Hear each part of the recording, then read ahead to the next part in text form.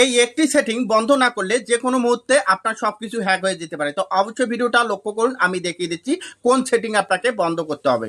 Alright, আপনি এটা করার জন্য আপনার ফোনের সেটিংয়ে চলে আসবেন। সেটিংয়ে চলে আসার পর এখান থেকে আপনি কি করবেন, এখান থেকে গুগল যে অপশনটা আছে আপনার সেমভাবে গুগল অপশন ট্যাপ করবেন। তো আমি দেখুন গুগল অপশন ট্যাপ করলাম, করার পর আপনার যে উপরে জিমেলটা দেখাবে আপনার জিমেলের উপরে ট্যাপ করবেন। তো আমি আমার জিমেলের উপরে ট্যাপ করে দিলাম। তো এখানে ট্যাপ করার সাথে সাথে দেখুন আমার এখান থেকে আমি জিমেলটা সিলেক্ট করে নিলাম। তো এখান থেকে সিলেক্ট করে নেওয়ার পর দেখুন আমার এখান থেকে কি আসবে, আমরা এখন কিন্তু স্ক্রল করে একটু নিচে আসবো। নিচে আসার পর মেন যে অপশনটা এখানে হচ্ছে যে দেখুন এখান থেকে ডাটা অ্যান্ড প্রাইভেসি যে অপশনটা আপনারা এখানে ট্যাপ করবেন। তো আমি এখানে ট্যাপ করলাম। এখানে ট্যাপ করার পর এখান থেকে দেখুন এখান থেকে ওয়েব অ্যান্ড অ্যাপস অ্যাক্টিভিটি যে অপশনটা এখানে দেখুন আমার অন করা আছে। সো এখন আমি যদি এখান থেকে স্ক্রল করে একটু নিচে যাই, নিচে আসার পর এখান থেকে দেখুন এখান থেকে যদি আমি এখান থেকে যাই, যাওয়ার পর এই দেখুন আমি এখান থেকে কি কি করেছি আমার সমস্ত অ্যাক্টিভিটিগুলো কিন্তু এখানে দেখাবে।